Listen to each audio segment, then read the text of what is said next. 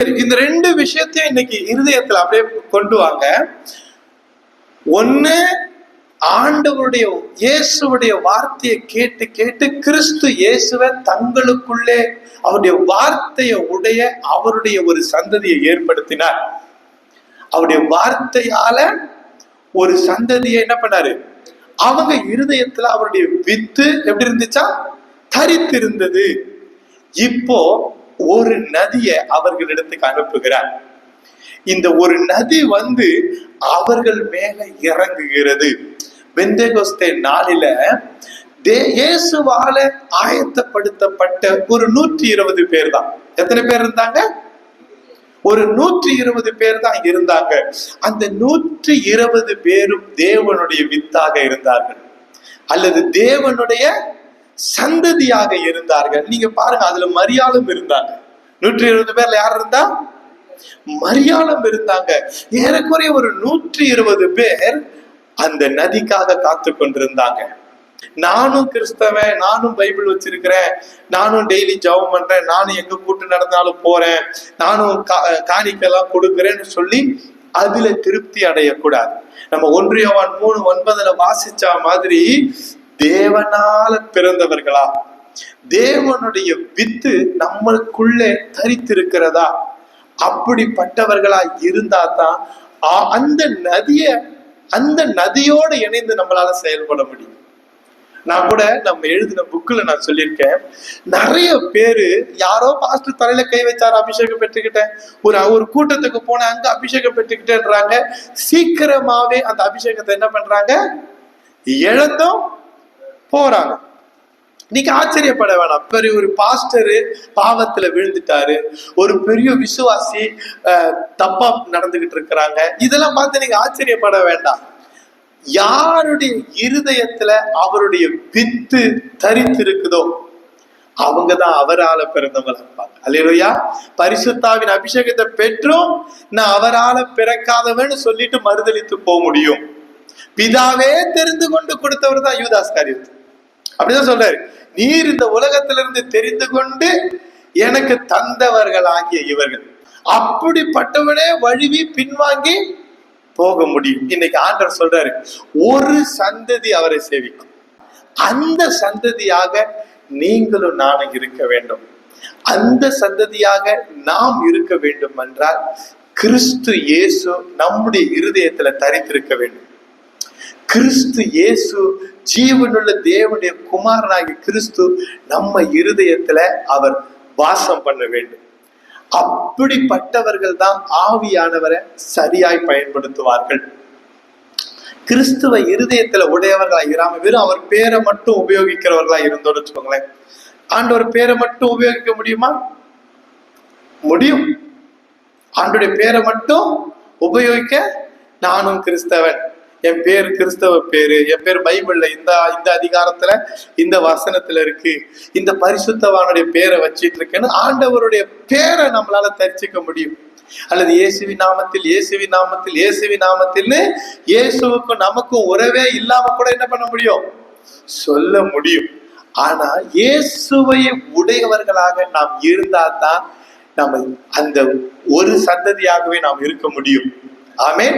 இப்போ இயேசுவால உருவாக்கப்பட்ட இந்த சீஷர்கள் மேல் வீட்டுல காத்திருக்கும் போது பெந்தெகோஸ்தே நாளில அந்த நதி, அந்த ஒரு நதி தேவனுடைய நகரத்தையும் உன்னதமானவர் வாசம் பண்ணுகிற அந்த வாசஸ்தலத்தையும் அந்த சிங்காசனத்தையும் சந்தோஷப்படுத்துகிற ஒரு நதி சீஷர்களை சந்தித்தது.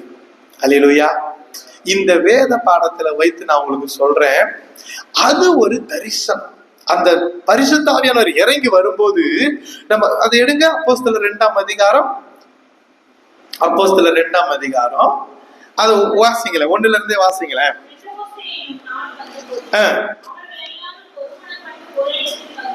அந்த ஒரு சந்ததி, அவர்கள் எல்லாரும் ஒருமனப்பட்டு ஓரிடத்துல வந்திருந்தாங்களே, அவங்கதான் அவரை சேவிக்க ஆண்டவரால் தெரிந்து கொள்ளப்பட்ட அவருடைய வித்தை அவர்களுக்குள்ளே தரித்திருக்கிற அவருடைய சந்ததி. அவர்கள் ஒருமனப்பட்டு ஓரிடத்துல வந்தார்கள்.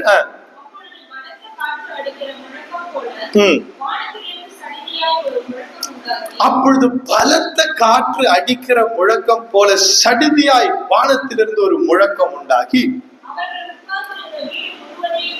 ஹல்லேலூயா, சத்தம் வந்துச்சா. அந்த சத்தம் வீடு முழுவதையும் நிரப்பினதா? அக்கினிமயமான நாவுகள் போல பிரிந்திருக்கும் நாவுகள், ஹல்லேலூயா, அவர்களுக்கு காணப்பட்டதா? அவர்களுக்கு. இப்போ என்ன பார்த்து ஒரு சகோதரர் கேட்கிறாரு, அன்னைக்கு பெந்தகோஸ்தே நாள், பெந்தகோஸ்தே சர்ச்சு, பெந்தகோஸ்தே நாளில ஒரு அக்கினி காணப்பட்டதாமே, அக்கினிமயமான நாவுகள் போல பிரிந்திருக்கிற நாவுகள் காணப்பட்டதாமே, இப்ப யாராவது பாக்குறீங்களான்னு கேட்கிறாங்க. இது தரிசனம். அது என்னது? தரிசனம். இப்போ இந்த நமக்குள், நம்ம நடுவுல இயேசு உலாவிட்டு இருக்கிறாரா இல்லையா? எப்படி தெரியும் உலாவுறது? என் நாமத்தினாலே 2 பேர் 3 பேர். இப்ப நம்ம பிரசங்கம் கூட பண்ணலாம், நம்ம சும்மா உட்கார்ந்து இருந்தா கூட அவர் இருப்பார். அல்லேலூயா. காரணம் என்னன்னா, அவர் வாக்கு மாறாதவர். அது காரணம் என்ன? அவர் வாக்கு மாறாதவர். திடீர்னு இங்க யாரோ ஒருத்தங்க ஞான திருஷ்டி அடைஞ்சு, அல்லது ஒரு பலத்த காற்றடிக்கிற முழக்கம் அவங்களுக்கு மேல வந்து அவங்களை நிரப்பி, அங்க உட்கார்ந்து இருந்த வீடு முழுவதையும் நிரப்பிடுச்சு. அந்த சத்தம் அவர்கள் உட்கார்ந்து இருந்த வீடு முழுவதையும், அவங்க இருந்த வீடு முழுவதையும் நிரப்பிடுச்சு. ஆனா இப்ப ஒரு நபர், உதாரணத்துக்கு இப்ப ரூபி அம்மாவை மட்டும் அந்த காற்று நிரப்பிச்சுன்னு வச்சுக்கோங்களேன், இங்க உலாவுற இயேசு அவங்க கண்ணுக்கு தெரிய ஆரம்பிச்சிருவார், தரிசனம் தெரிய ஆரம்பிச்சிடும். அவங்களுக்கு மட்டும் தெரிஞ்சிச்சுன்னு வச்சுக்கோங்களேன், அவங்க என்ன பண்ணுவாங்க தெரியுமா? அப்படியே பார்த்துட்டு முழிச்சிட்டு இருப்பாங்க. டக்குன்னு அவங்கள ஜெபிக்க சொன்னா, இங்க இயேசு நடந்து போகிறத நான் தரிசனமாய் பார்க்கிறேன்னு சொல்லிடுவாங்க. ஆனா திடீர்னு எல்லாரும் மேலையும் அந்த அபிஷேகம் வந்து எல்லாரும் ஞான திருஷ்டி அடைந்து எல்லாருமே ஆவிக்குள்ள ஆயிட்டோம்னு வச்சுக்கோங்களேன், இங்க இயேசு உலாவுறது எல்லார் கண்ணுக்கும் தெரியும். எல்லார் கண்ணுக்கும் ஒரே நேரத்துல தெரிஞ்சிச்சுன்னு வச்சுக்கோங்களேன், நான் தரிசனம் பார்க்கிறேன்னு நம்ம எழுத மாட்டோம். இயேசு எங்க நடுவுல வந்தார், நாங்க பேசிக்கொண்டிருக்கும் போதே எங்க நடுவுல உலாவினார், அப்படிதான் எழுதுவோம். இங்க அக்கினிமயமான நீங்க ஒவ்வொரு கூட்டத்திலையும் அக்கினி நாவு இறங்கி வருது. ஒவ்வொரு கூட்டத்திலையும் தேவ தூதர்கள் உலாவிக்கிட்டு இருக்கிறாங்க. நமக்கு இந்த கண்களால அதை பார்க்க முடியாது. நம்ம ஆவியில களி கூர்ந்து கொண்டிருக்கிறோம், நம்ம ஆவியில தேவனை ஆராதித்துக் கொண்டிருக்கிறோம். ஆனா பெந்தெகோஸ்தே நாளில அக்கினி போடப்படும் போது எல்லாருக்கும் அந்த தரிசனம் தெரிந்தது. ஒருவேளை இந்த 120 பேர் அல்லாம, தேவனுடைய வித்தை உடையவர்கள் இல்லாம, தேவனுடைய சந்ததியா இல்லாம, அந்த சத்தத்தை கேட்டு வேடிக்கை பார்க்க வந்தாங்களே, அவர்கள் ஒருவேளை அங்க யாராவது வேடிக்கை பார்த்து நின்றுட்டு இருந்திருந்தாங்கன்னா அந்த அக்கினி அவங்க கண்ணுக்கு தெரிந்திருக்காது. அல்லேலூயா. இப்போ அந்த போடப்பட்ட அக்கினியவே நான் கொஞ்சம் நதியா உங்களுக்கு கன்வெர்ட் பண்ணி சொல்றேன், சரிங்களா? அங்க பெந்தெகோஸ்தே நாளில சீஷர்கள் அங்க உட்கார்ந்திருந்த 120 பேரும் அந்த ஒரு சந்ததி அவரை சேவிக்கும். அந்த ஒரு சந்ததியாக, அந்த சந்ததியின் மேல வந்து இறங்கின பரிசுத்த ஆவின் அபிஷேகம் அவர்களுக்கு தரிசனத்துல அக்கினி மயமான நாவாக காணப்பட்டது. அது ஒரு நதியாக இருந்திருந்தால், அல்லது அந்த ஒரு நதிதான், அந்த நதி அவர்களை வந்து சந்தித்ததாக நான் அப்படி சொல்றேன்னா, இந்த தரிசனத்தை குறித்த தெளிவு நமக்கு இருக்கணும். என்ன பண்ணணும்? நிறைய பெரிய பெரிய பரிசுத்தவான்கள், உலகத்தை கலக்கின தேவ மனுஷர்கள் கூட இந்த தரிசனத்தை குறித்து பேசும்போது என்ன பண்ணிடுவாங்க? எதையாவது மாத்தி சொல்லிட்டு இருப்பாங்க. மாத்தி மீன்ஸ் நான் இயேசுவை கண்டேன் அப்படின்னு. என்ன பண்ணுவாங்க? இயேசு காண முடியுமா? முடியும். தரிசனத்துல இயேசுவை லிட்டரலா பார்க்கணும்னா வருகை வரணும். இயேசுவை லிட்டரலா பார்க்கணும் என்ன பண்ணும்? 2ஆம் வருகை சம்பவிக்கணும். இப்போ நிறைய பேர் பார்த்திருக்கேன், நான் பரலோகத்துக்கு போனேன்னுவாங்க. ஆனா பவுல் அப்படி சொன்னாரா? அவன் சரீரத்தில் இருந்தானோ, சரீரத்துக்கு புறம்பே இருந்தானோ அதை அறியேன் என்று. காரணம் என்னன்னா, இந்த சரீரத்துல இருக்கும் போது நம்மளால பார்க்க முடியாதவைகளை நம்மளை ஆவிக்குள்ளாக்கி, நம்மளை ஞான திருஷ்டி அடைய வைத்து, நம்மளை பிரசனத்துக்குள்ளாக்கி ஆண்டவர் காண்பிப்பார். அது நம்ம இந்த இடத்த விட்டு வேற இடத்துக்கே போற மாதிரி கூட, ஆனா நம்ம இங்கதான் இருப்போம். இந்த தரிசனங்கள் ஒரு முறை நான் பரிசுத்தாவின் அபிஷேகம் பெறும்போது ஒரு கூட்டத்துல உட்கார்ந்து இருக்கிறேன். ராணி ராபர்ட்னு சொல்ற ஒரு அம்மா மேடையில நின்று பிரசங்கிச்சுட்டு இருக்கிறாங்க. திடீர்னு அந்த சிஸ்டர் கூட கண்ணை மூடிட்டு தான் இருக்கிறாங்க, முக்காடு போட்டு இப்படி குனிஞ்சு இருக்கிறாங்க. இது ஒரு வெளிக்கூட்டம், ஓப்பன் ஏர். அந்த இடத்துல அந்த சகோதரி தலையில அக்கினி விழுறத நான் பாக்குறேன். நாங்க அந்த அம்மா யாரோ 4 பேர் தூக்கி போட்ட மாதிரி சேர்ல இருந்து பின்பக்கமா போய் விழுறாங்க. இதெல்லாம் முதல் முறையா வேடிக்கை பார்த்துக்கிட்டு அப்படி இருக்க. அன்னைக்குதான் பரிசுத்த ஆவியானவர் கூட என் மேல இறங்கி வந்தார். அல்லேலூயா. நான் இப்ப பாருங்களேன், பரிசுத்த இந்த கிருபையின் காலம் முழுவதும் பரிசுத்த ஆவியானவர் தீவிரமாய் செயல்படுகிற காலம். ஆனா தேவனை பெற்றுக்கொண்ட ஜனங்கள், ஆண்டுடைய வார்த்தையை பெற்றுக்கொண்ட ஜனங்கள், ரட்சிப்பை பெற்றுக்கொண்ட ஜனங்கள் தங்களை தேவனுடைய சந்ததியாக அர்ப்பணித்துக் கொள்ள முடியாமல் இருக்கிறார்கள். ஆண்டவருடைய வித்து இருதயத்துல ஏற்றுக்கொள்ள முடியாமல் இருக்கிறார்கள். தேவனால் பிறந்த எவனும் என்ன பண்ண மாட்டான்? பாவம் செய்ய மாட்டான். ஏன்னா தேவனுடைய விதை, தேவனுடைய வித்து அவனுக்குள்ள இருக்கு. அவன் தேவனுடைய சந்ததியாக இருக்க வேண்டும். உண்மையான புதிய ஏற்பாட்டு சபை இந்த அழைப்பை பெற்றதுதான். உண்மையான புதிய ஏற்பாட்டு சபை என்ன அழைப்பை பெற்றது? தேவனுடைய சந்ததியா இருக்க வேண்டிய அழைப்பை பெற்றதுதான். நான் உலகத்திலயும் கொஞ்சம் இருந்துப்பேன், தேவனுடைய பிள்ளைன்ற பேரையும் வச்சுப்பேன்னு சொல்றதுனாலதான் அநேகரால அவருக்காக எழும்பி கிரியை செய்ய முடிகிறது இல்லை.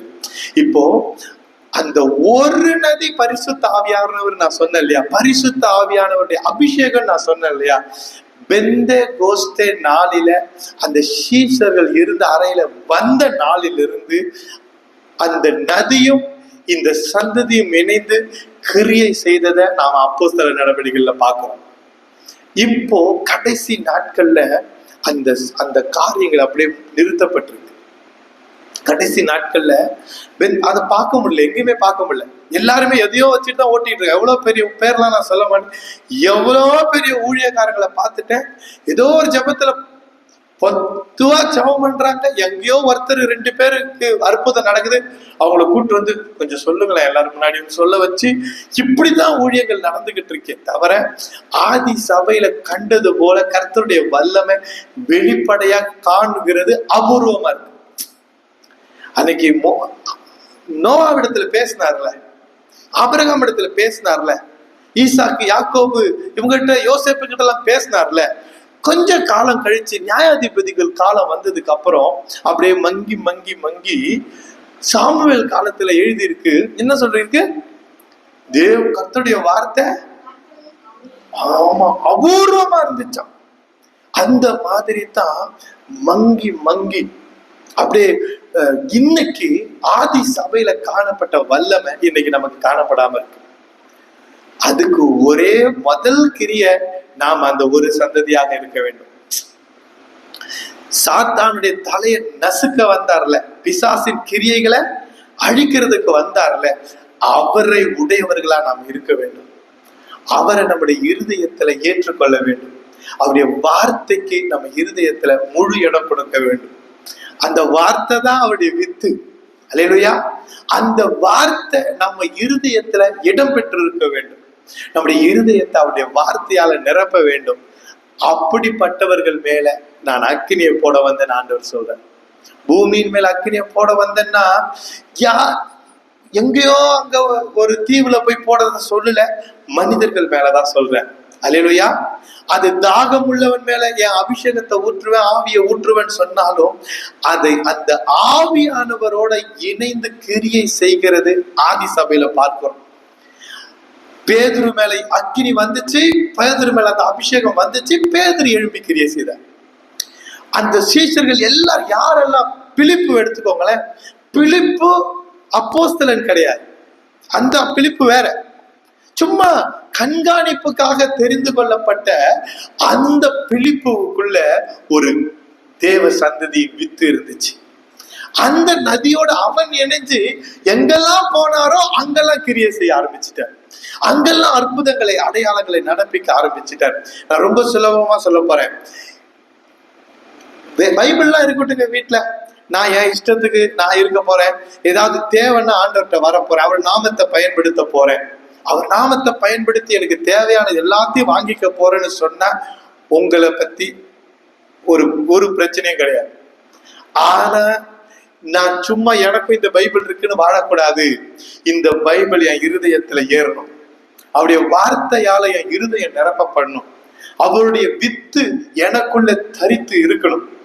அவருடைய வசனம் எனக்குள்ள காணப்பட வேண்டும். அப்படின்னு சொல்லி நீங்க இருந்தீங்கன்னா உங்களை ஆவியானவர் பயன்படுத்த போகிறார். அந்த நதி உங்க மூலமா புறப்பட போகிறது. அந்த நதி சொல்ற விசுவாசிகளுடைய உள்ளத்துல இருந்து அது பாயும். ஆமென். பெற்ற அபிஷேகம் நமக்குள்ள இருக்காது, நம்ம மூலமா பாயும்.